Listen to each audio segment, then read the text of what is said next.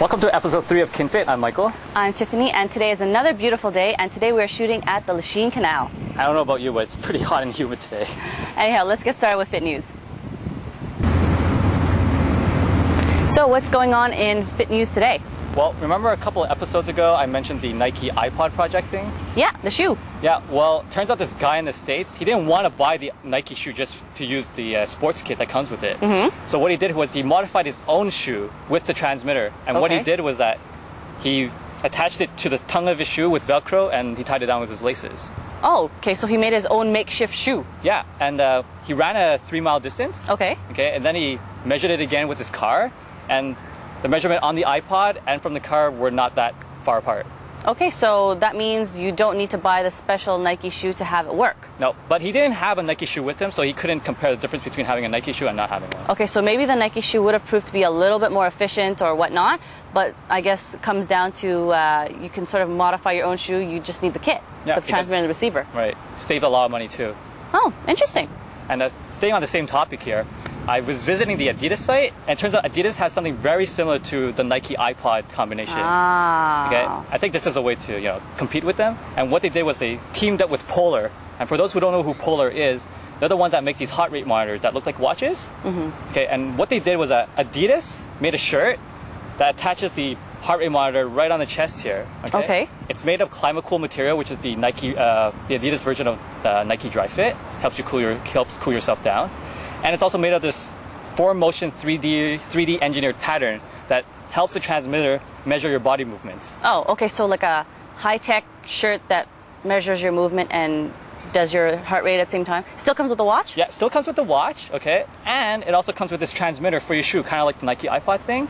But instead of inserting into the heel of the shoe, it inserts into the arch of the shoe and it measures the steps and the distance you ran. Ah, very, very clever. That's pretty cool. So it comes with a special shirt, shoe, or transmitter combination thing. Yeah, it doesn't tell us the price because it's not out yet, but I can imagine it being more expensive than the Nike iPod. Ah, because you get a cool shirt now. Yeah, and you have to get the shirt because it goes with the heart rate monitor. Cool. Is it removable? It's removable. Because you have to wash it and stuff. Yeah, you have to wash it, yeah. Imagine, you can't wash it? That'd be bad. Anyhow, on another note, for our fruits and vegetables, remember we talked about that last week. Some studies have shown that nowadays our fresh produce isn't quite as nutrient dense as it once was. This is caused to long transportation times from wherever our fruits and vegetables are coming from. So especially like our tomatoes that are picked off the vine before they are ripe and have to ripen along the way, all our fruits and vegetables that way are not quite high in nutrients as the fresh market ones, especially the ones grown closer to home. So trick is try and get your fruits and vegetables that are much more fresh, like say from the market, Quebec grown, just because they won't have to transport that long. That means they are fresher and they will have more nutrients. Otherwise, that 5 a day thing, it's even going to be more because since most Canadians are not even getting enough fruits and vegetables a day, you're going to need even more to make up all those nutrients. All right? And that'll be it for today.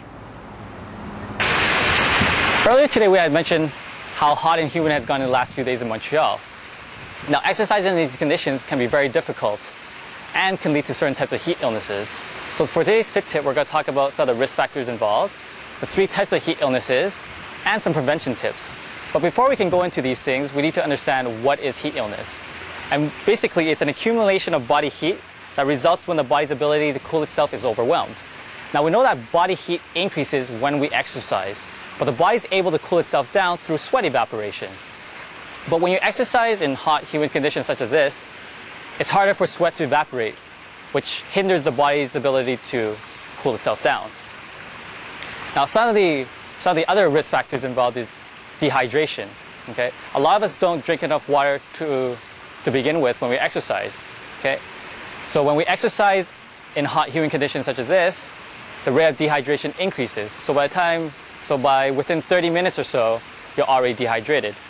Other risk factors can be from the use of heavy equipment or clothing, high-intensity exercise outdoors, taking certain medications like diuretics, having a chronic long-term disease such as diabetes, alcohol consumption during and after exercise, and if you're under any kind of substance abuse.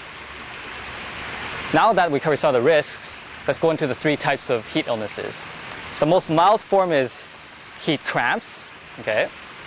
Now, some of the symptoms involved are suffering from muscle spasms within the torso, the arms, and the legs. The second is the intermediate form, which is heat exhaustion. And some of the symptoms involved in those are unusual fatigue, nausea, headaches, dizziness, vomiting, and chills. The third, which is the most severe type of heat illness, is heat stroke. Okay, some of the symptoms involved are dizziness, lightheadedness, incoordination, irritability, confusion, seizures, and in the worst case scenario, a coma. Now, the treatment plan, the first thing you should do for all 3 of them is that if you see anybody suffering from these symptoms, try to get them into a shaded area right away, hydrate them immediately, and if anybody does go into a coma, call 911 immediately, because you don't want this to get any worse than it is already. Now that we covered the 3 types, what are some of the ways that you can prevent heat illnesses?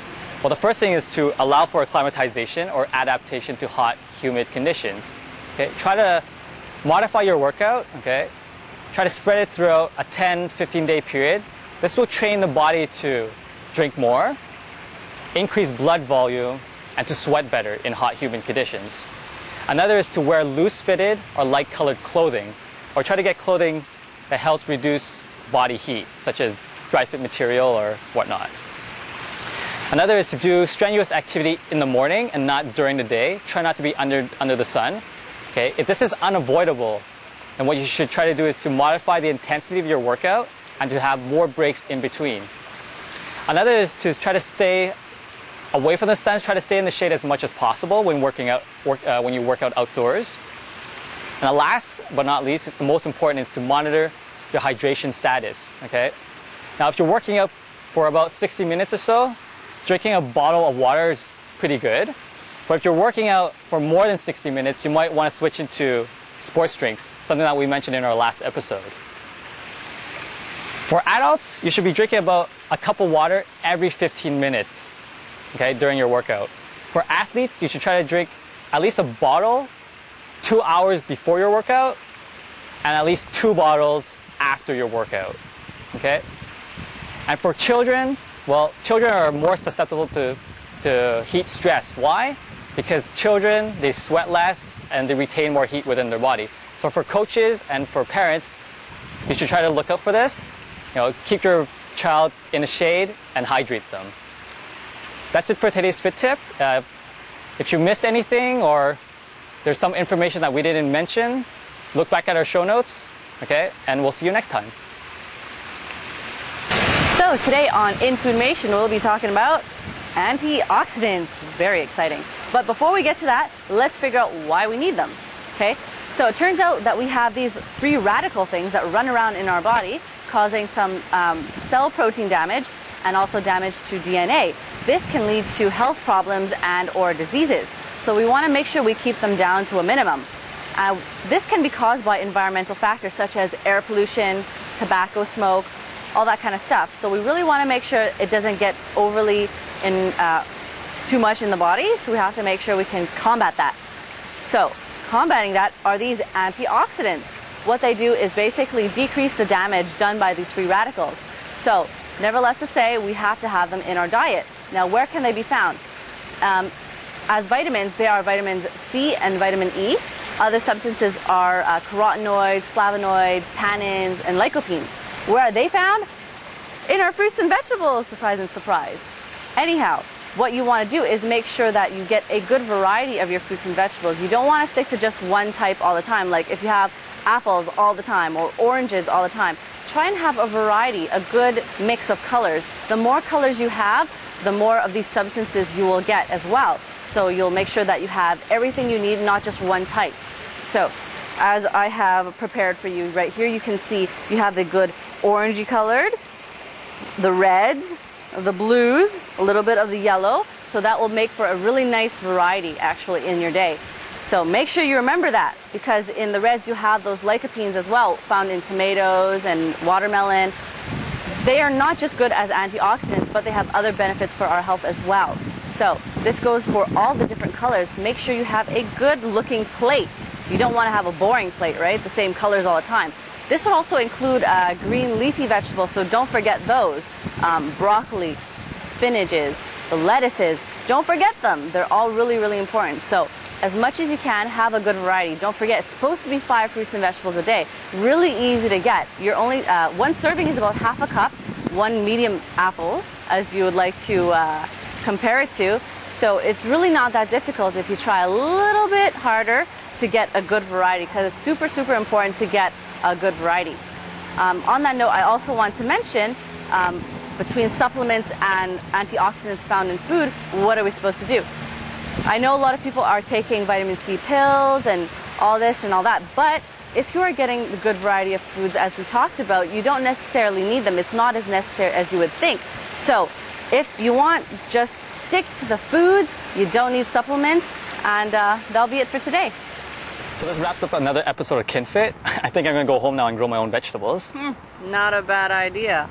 Anyways, please check back our show notes for anything we may have missed and wanted to talk about, but maybe you didn't have the time. And if you have any ideas or suggestions for us, you can email us at info@kinfit.tv. Big thank you goes to Vince, our cameraman / production assistant today. Because Amanda and Tim couldn't be here. And remember, don't quit. Stay fit. The difference was that there's a bug in my eye. Yeah, and then nutritious fruits and vegetables right there for the picking. Okay. And that's it for today.